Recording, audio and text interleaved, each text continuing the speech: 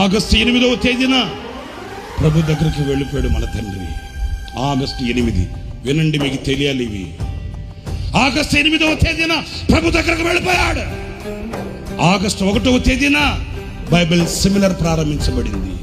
August 1 Bible seminar. August ఇది ప్రభు సన్నిధికి వెళ్ళిపోయాడు ఆయన.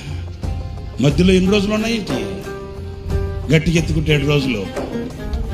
ఒకరోజు అంత స్పూన్ ఫీడింగ్, అప్పటికే అన్న శరీరం అంతా గుల్లైపోయింది, కరిగిపోయాడు. 8 రోజుల నిడివిలో ఏదంతా మెత్తగా చేసి ఒక స్పూన్ పెడితే తినుకున్నాడు. ఉదయాన్న నాకు కొంచెం తిన్న తర్వాత అందరం అక్కడే ఉన్నాం. పీల్చి అంటాడు, నన్ను బైబిల్ సెమినార్కి తీసుకుని వెళ్ళరా, నేను వాక్యం చెప్పాలి కదా. చూసారా, ఉన్నారండి పనివారు. ఎలాంటి పనివాడు కావాలి? సేవలో సేనలో పనిచేసే పనివాడు కావాలి. నా పిల్లల దగ్గరికి తీసుకుని వెళ్ళరా.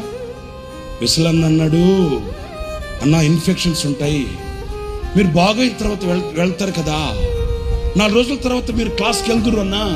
అట్లా అంటే 2 కళ్ళల్లో నీళ్లు కార్చాడు. 2 కళ్ళల్లో నీళ్లు కార్చి, రే నా పిల్లల్ని నేను చూసుకోకూడదా? నా పిల్లల్ని నేను చూడాలరా, నా పిల్లల్ని నేను చూడాలరా.